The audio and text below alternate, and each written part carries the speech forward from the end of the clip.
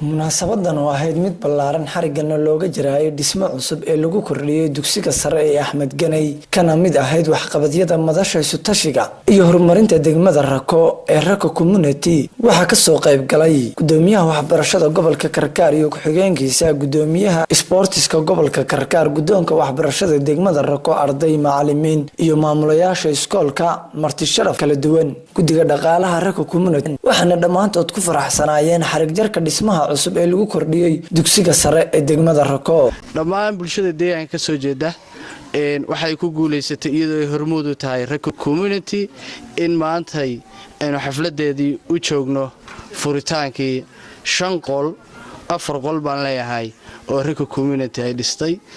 walow jiro de qol kale oo kal hore sidaas oo kale ay bulshadu ku dhistay waxaan qabaa barnaamijkaas oo kale in la dhiiri geliyo ladan aadka u quruxda badan laguna daahfurayo iskuulka sare ee Axmed Ganay oo aad dhamaantiin u jeedaan nooca uu yahay iyo sida uu yahay iyo sida uu qurux badan yahay iyadoo ayaan ahayn xilliga aanu halkaan nimi markii la eego sawirkeeda oo hadda moobiladeeda ku jiro nooc kale ay ahayd meesha hadda guriga quruxda badan ka dhisan yahay in aanu ku tashanno in aan deegaankeena horumarino waxna qabsanno ayaa ma hadda koowaad Ilaahay subxaanahu wa ta'aala baa iska leh oo bulshada ku midaysan Rako Community ayaa ma hadda labaadna iska leh iskuulka aad arkaysaan oo hadda la dhisay waxa weeye wuxuu u baahan yahay marka uu horeysa qalabayn buu u baahan yahay waxaana leeyahay hawlka madaalin wali waa hogadii waxaynu u baahannahay inta inaynu uga sii dhowaanno inaynu jaamacado dhisanno inaynu macaahid dhisanno inaynu horumar inta ka badan hiigsanno lacagtii loogu talagalay markii horeeto lacag badan ayaa raacday 24533 gurigana waxa noo galay 22166.5 intaasina waa baaqi noo yaal gundhig bay noo tahay 2367 waxaanu jecelahay Rako Community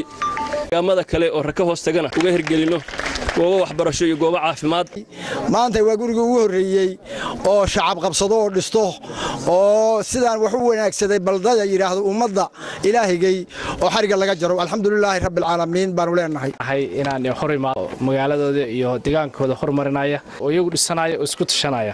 markii wax aad loogu dhiirigeliyo waaye indhaha marxaatiya isku tagi Rako Community iyo kumdaad consultant iyo soo dirsateen hadii kalaba